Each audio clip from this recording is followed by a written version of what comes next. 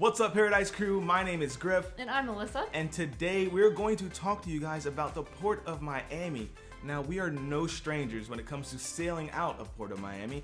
We cruise tons of times, and anytime we stay in Miami, it's always an adventure and not necessarily a good one. So we figured we would compile a list for you guys, places to stay, food to eat, things to see when it comes to Miami.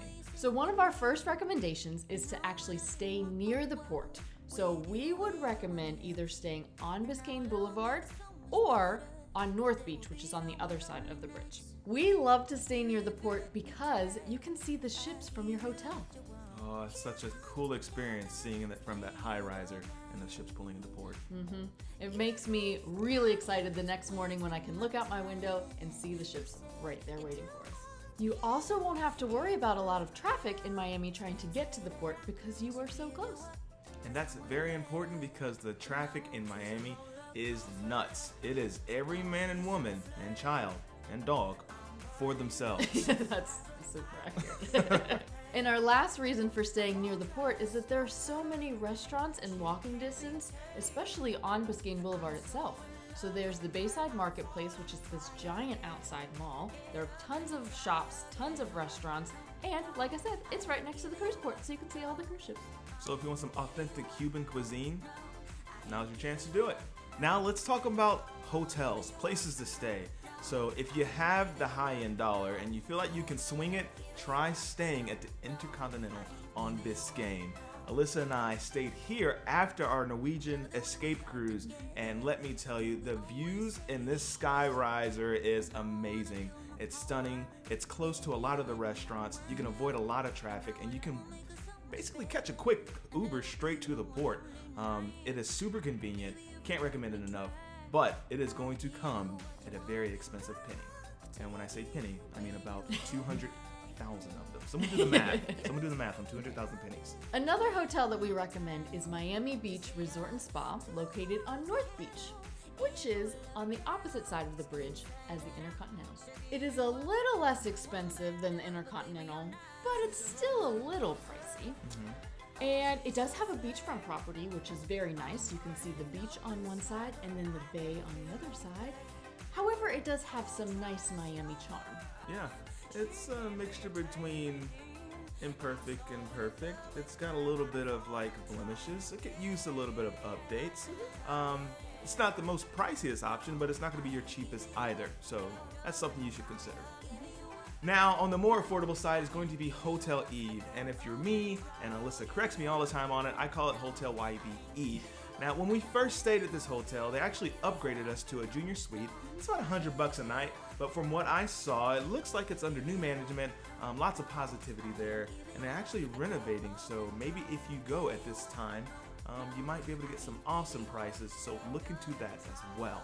One thing to note about Hotel Eve is that the rooms are actually really small. So when he said we got upgraded to a junior suite, it was like a regular size hotel room with a couch in it. So if you are a family that needs a lot of space, I would either recommend booking a higher hotel room or try staying in a different room. Now, when it comes to parking your car at these hotels, it's a little bit of a challenge, it's a hassle. So you have to be careful, make sure you do your research. Some hotels offer valet parking. You do have to pay for it, or you can pay for your own parking around lots around the area.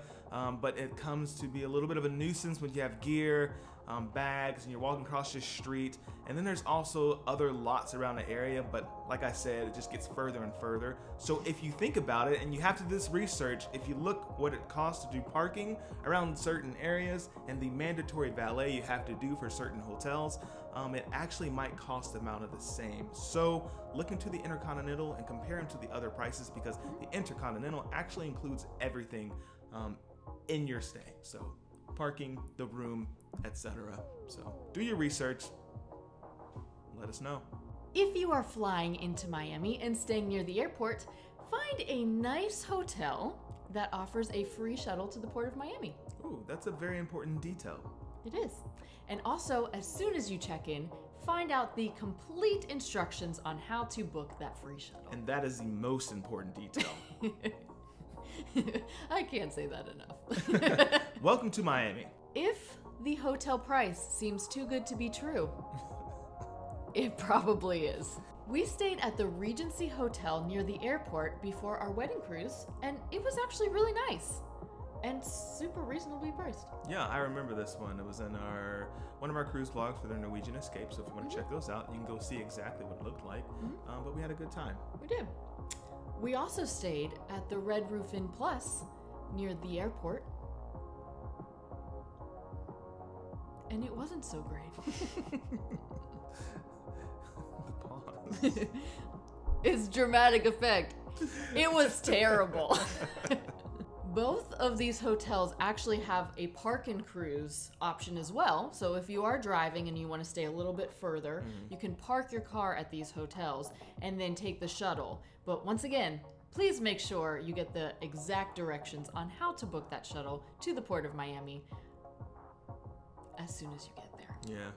Now, we totally understand the reason to save money, budget ends, but they obviously come at a very, very interesting trade-off, and that's going to be time, money, and just comfort. So there's one place, if you have a family, you just want simplicity that we avoid at all costs. That's going to be South Beach.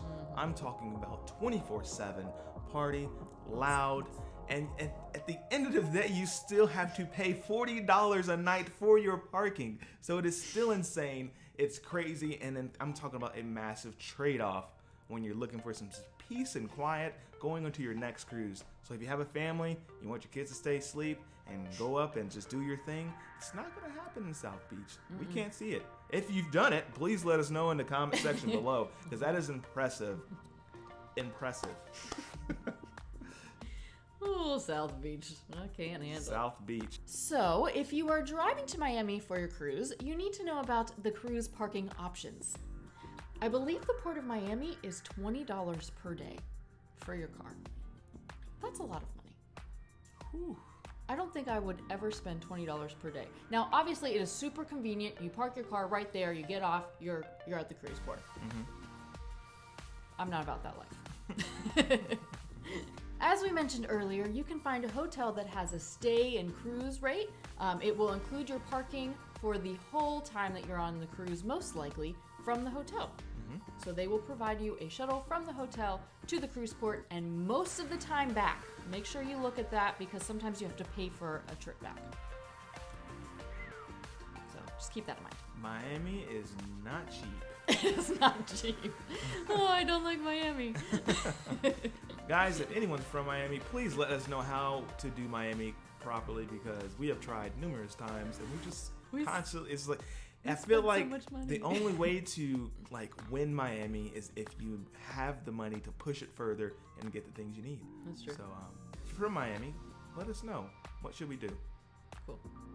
Now, what we usually do when we cruise out of Miami is we use Safe Cruise Parking. It is located about 5 to 10 minutes from the port, so it's not a very long shuttle ride, but it is in a secure parking lot, and I've not had any bad experiences with it. Yeah, I'm a big fan of Safe Cruise Parking's system. It is book, show up, they give you a ticket, you park your car, everything is done pretty simplistically. You get on the ship, you come back, you get your vehicle, you go home. It is simple. It's very simple. And it's affordable.